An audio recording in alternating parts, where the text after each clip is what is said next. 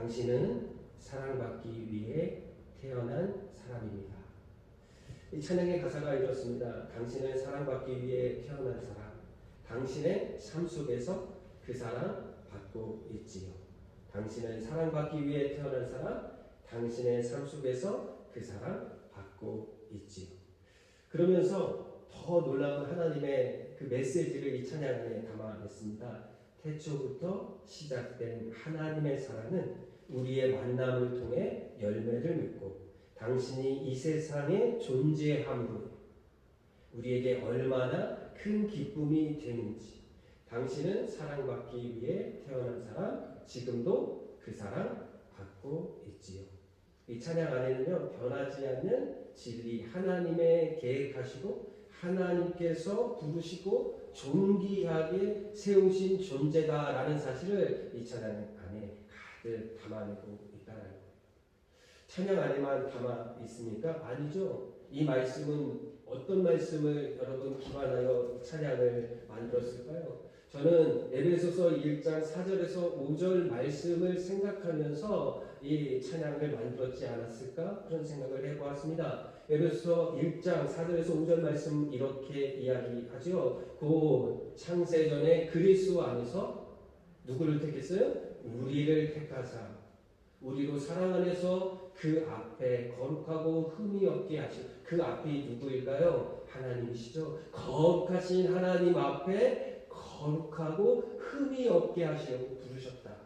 이 놀라운 은혜, 놀라운 하나님의 계획을 지금 말씀하고 있다는 거예요. 5절은 어떻습니까? 그 기쁘신 뜻대로. 누구의 기쁘신 뜻대로예요? 하나님의 기쁘신 뜻대로. 저와 여러분이 기뻐하는 그런 의미가 아니라 하나님의 기쁘신 뜻이요. 하나님의 기쁘신 뜻대로 우리를 예정하사 예수 그리스도로 말미암아 자기의 아들들이 되게 하셨습니다. 얼마나 이 말씀을 읽어내고 또한 그 말씀의 내용을 담아낸 찬양을 부를 때마다 우리의 마음이 얼마나 기쁘고 소망을 갖게 하는지 여러분 경험하시지 않습니까? 우리의 실패 가운데서도 이 정체성은 변함이 없습니다. 하나님이 만드셨고 하나님이 계획하셨고 하나님이 그렇게 우리를 부르셨기 때문에 그 정체성은 변하지 않는다라는 사실을 여러분 기억하셔야 합니다. 그런데 우리가 살아가며 수많은 그런 장애물을 만나죠.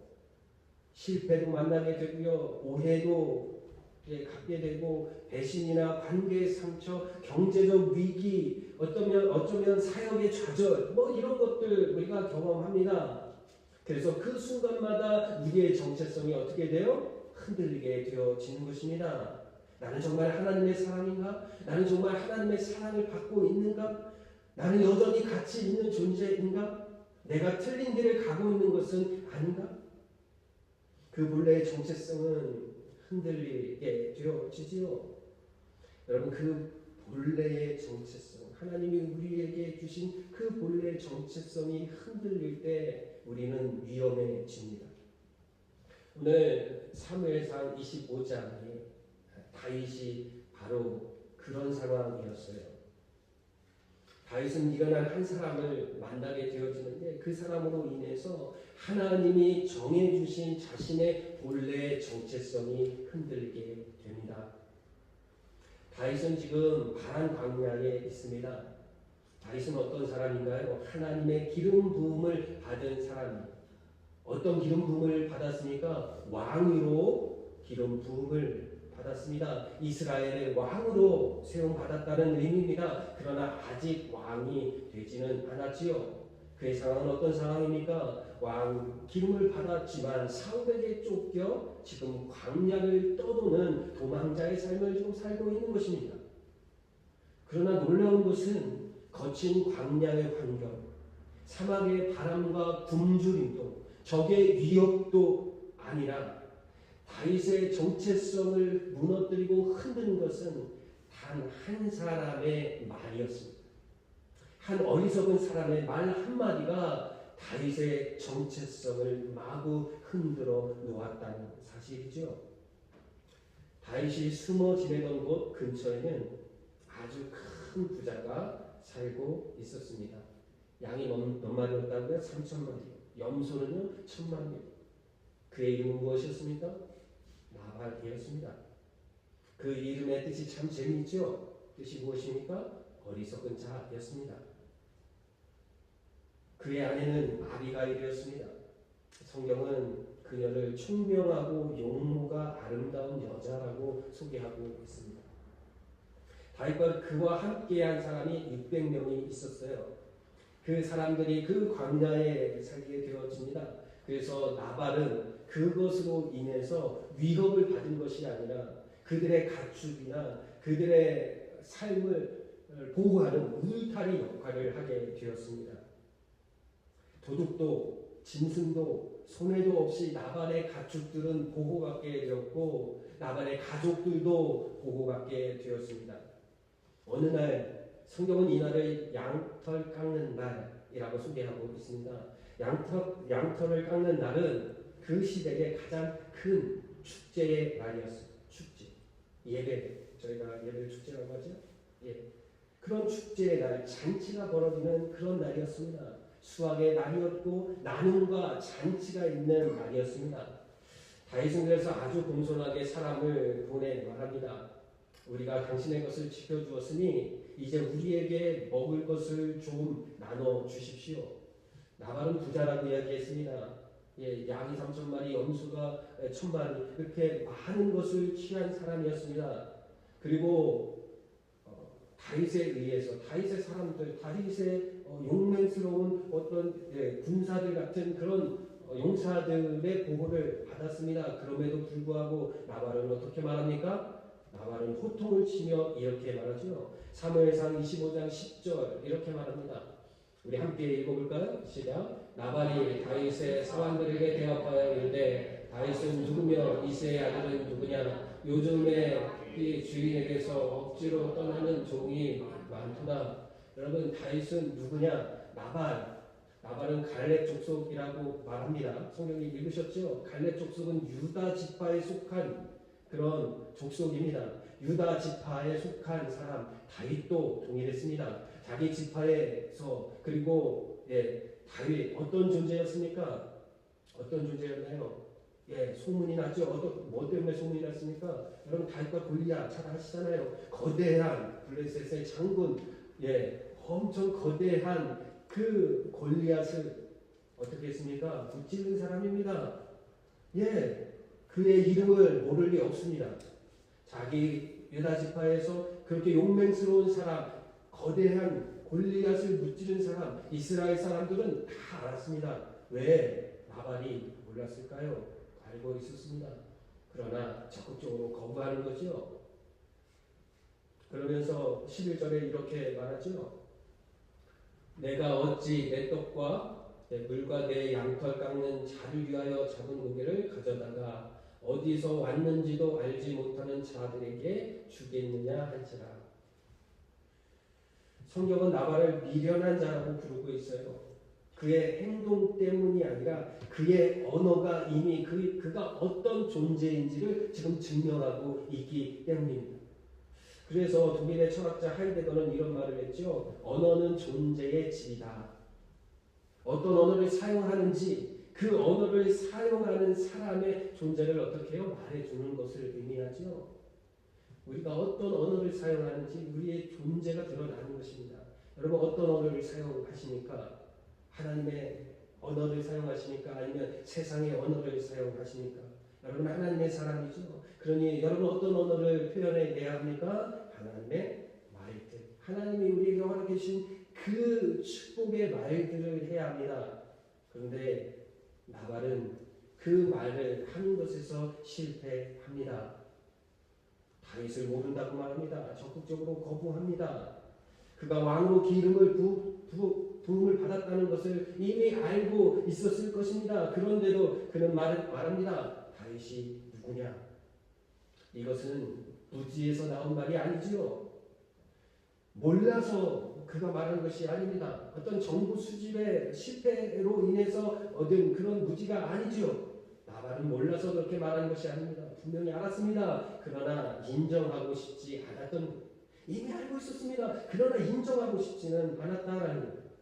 하나님께서 다윗을 택하셨다는 사실을, 하나님께서 새로운 역사를 시작하셨다는 것을 그는 보고도 알고도 적극적으로 외면했다라는 것.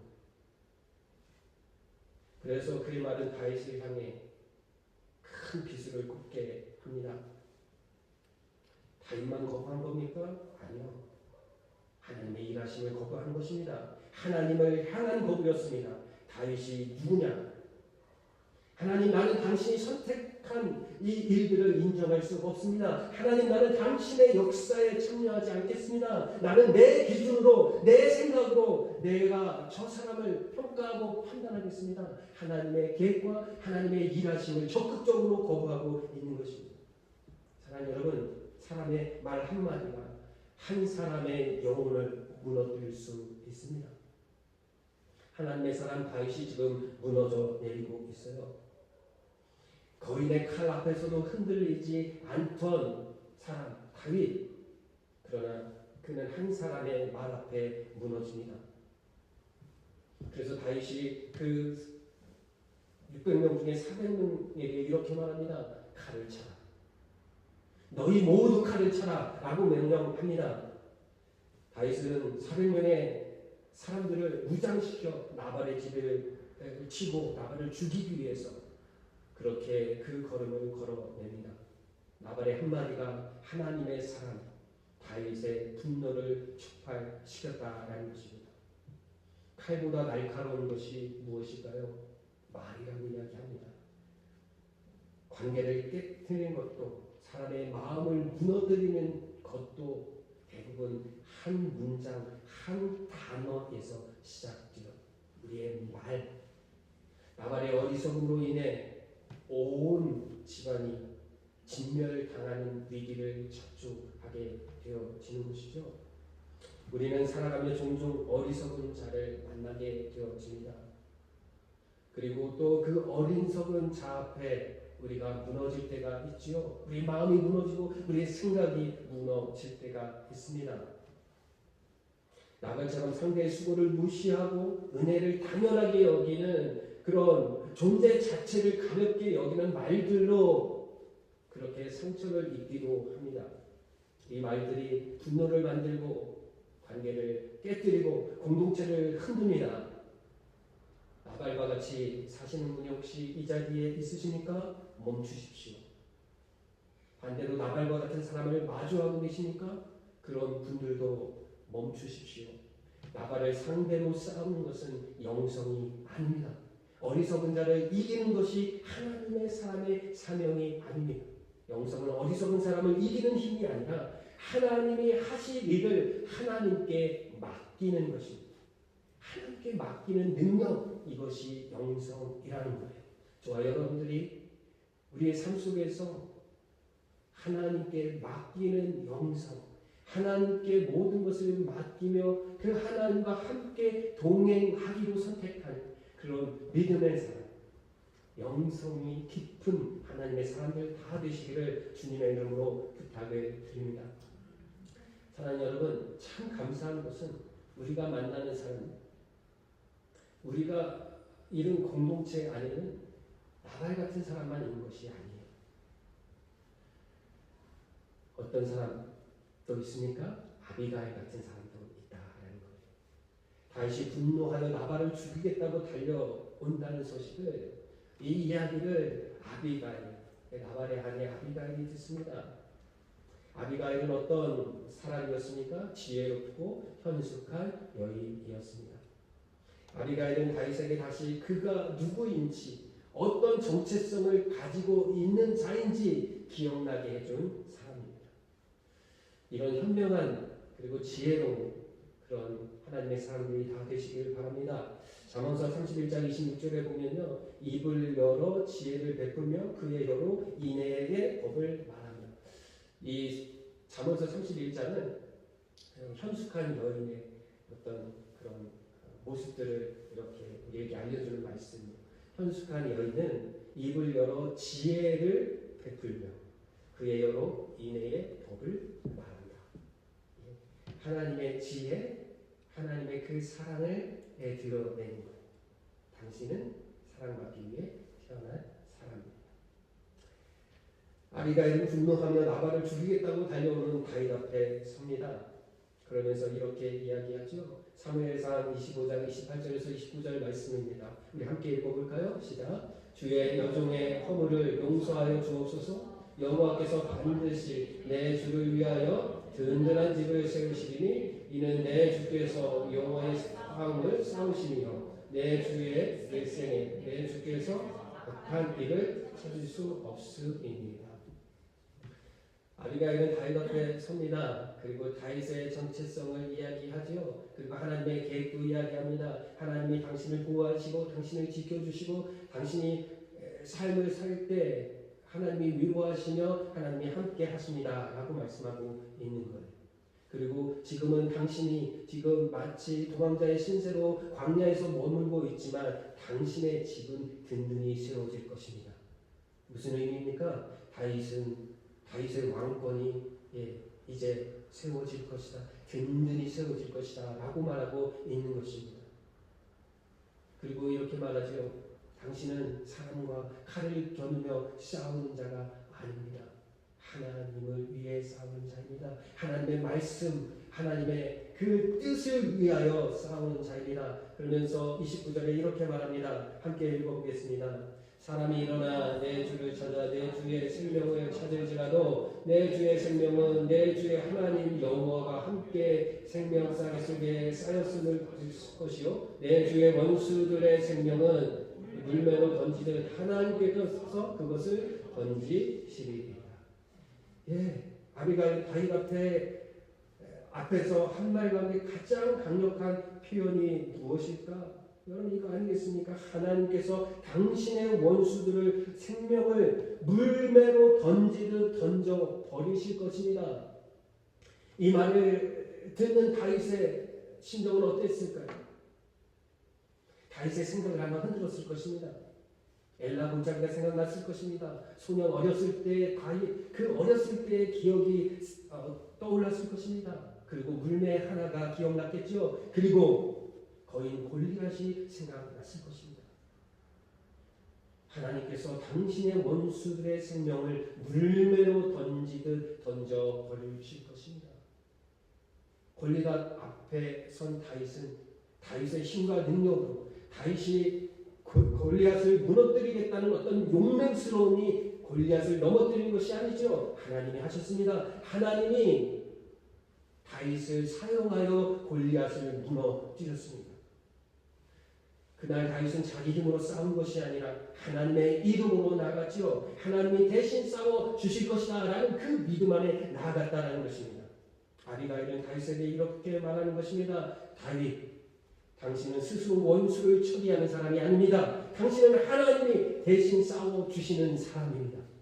그녀는 다윗에게 자신의 사람의 시선이 아니라 하나님의 시선으로 자신을 다시 보게 했다는 당신의 인생은 하나님이 인도하시고 하나님이 보호하실 것입니다. 그리고 그 하나님이 지금 일하고 계십니다. 이때 다윗은 자신이 누구인지 다시 깨닫습니다. 어떻게 살아야 하는지 다시 깨닫게 되어지는 것이죠. 무엇을 위해 살아야 하는지 다시 깨닫게 되어집니다. 사무엘상 25장 32절에 이렇게 말하죠. 함께 읽겠습니다. 다윗이 아비가일에게 이르되 오늘 너를 보내어 나를 영접하게 하신 이스라엘의 하나님 여호와를 찬송할지로다. 아멘. 아비가일을 통해 지금 누굴 보고 있습니까? 아비가일을 보고 있습니까? 아니죠. 그를 통해 일하시는 하나님을 보고 있다. 이것이 영성입니다. 이것이 영적인 사람이 보아야 할 하나님입니다. 하나님을 찬양하게 되어지죠. 그리고 34절에 이렇게 말을 합니다. 나를 막아 너를 해하지 않게 하신 하나님 이스라엘의 하나님 여호와의 살아계심을 두고 맹세하노니 내가 급히 와서 나를 영접하지 아니하였다면 밝은 아침에는 과연 나발에게 한 남자도 남겨두지 아니하였으리라 하니라. 여러분, 아비가일은 단지 다윗만 구해낸 것이 아니에요. 그가 복수심으로 가서 누군가를 살해하는 것, 단지 다윗을 멈춰 세운 것이 아닙니다. 다윗은 어떤 사람입니까? 하나님의 기름 부음을 받은 왕입니다. 왕은 어느 나라의 왕입니까? 이스라엘의 왕이었습니다. 그는 단지 다윗만 구해낸 것이 아니라 이스라엘 나라, 그 나라까지 우리는 그 아비가일을 통해 그 나라가 세워질 수 있도록 그렇게 다윗 앞에 섰다라는 사실을 우리는 기억해야 합니다. 그리고 그들만, 다윗과 그 이스라엘 나라만 그렇게 되어집니까? 아니죠. 나발에게 한 남자도 남겨두지 아니하였으로되 무슨 말입니까? 그들의 가족, 그들의 식솔들, 그들이 가지고 있던 모든 양과 그가 가지고 있던 염소, 그 모든 재산들을 다윗이 취했을 것입니다. 그것으로부터도 아비가일은 보호했다는 거예요. 공동체를 살리는 여인이었습니다. 아비가일은 다윗의 손에서 한 사람을 살려낸 것이 아니라 공동체를 살려냈다라는 사실을 기억하시길 바랍니다. 사랑하는 여러분, 우리는 나발처럼 공동체를 무너뜨리는 말로, 그렇게 공동체를 무너뜨리는 태도로, 그런 삶으로 우리는 부름받지 않았습니다. 우리는 아비가일처럼 공동체를 세우는 지혜로 부름받았다는 사실을 기억하시길 바랍니다. 그래서 사도 바울은 로마서 16장 마지막 절에 로마 교회를 향해 이렇게 말하죠. 너희가 선한 데는 어떻게 해요? 지혜롭고. 여러분, 악한 데는 미련하기를 원합니다. 저도 이 시간 여러분들에게 권면합니다. 저도 강력하게 여러분들에게 말씀드립니다. 하나님의 말씀으로 여러분 대화합니다. 선한 데 지혜로워지시길 원합니다. 선한 것을 선택하십시오. 선한 것에 더 가까이 가도록, 선하고 또 선한 것, 그보다 더 선한 것을 선택하여 그 걸음을 걸어내는 저와 여러분 되었으면 참 좋겠습니다. 우리의 언어를 통해, 우리의 선택을 통해, 우리의 관계를 통해 하나님의 나라가 어떻게 해요? 드러나게 되어진다라는 것이죠. 이것이 예수님의 걸음이십니다. 하나님이 죄된 인생을 향하여 진노하고 계실 때 예수님은 온몸으로 그것을 막으셨습니다. 그 모두가 무너져 하나님을 거부하고, 하나님 내가 모른다, 하나님을 알지 못한다, 하나님을 적극적으로 거부한 인생 가운데, 그 가운데 온몸으로 막아서십니다. 십자가에 죽으시죠. 우리를 대신하여, 진노받은 인생을 대신하여 그분이 죄가 되셨습니다. 그곳에서 피를 흘리셨죠. 우리의 죄를 모두 용서해 주셨습니다. 우리를 살려주셨습니다. 교회 공동체도 살게 하셨습니다. 사랑하는 여러분, 그 은혜를 입은 자가 저와 여러분들입니다. 그 은혜를 입은 사람답게 오늘 하루하루를 살아내시는 저와 여러분 되기를 바랍니다. 골로새서 3장 23절에 이렇게 말합니다. 무슨 일을 하든지 마음을 다하여 주께 하고 사람에게 하지 말라.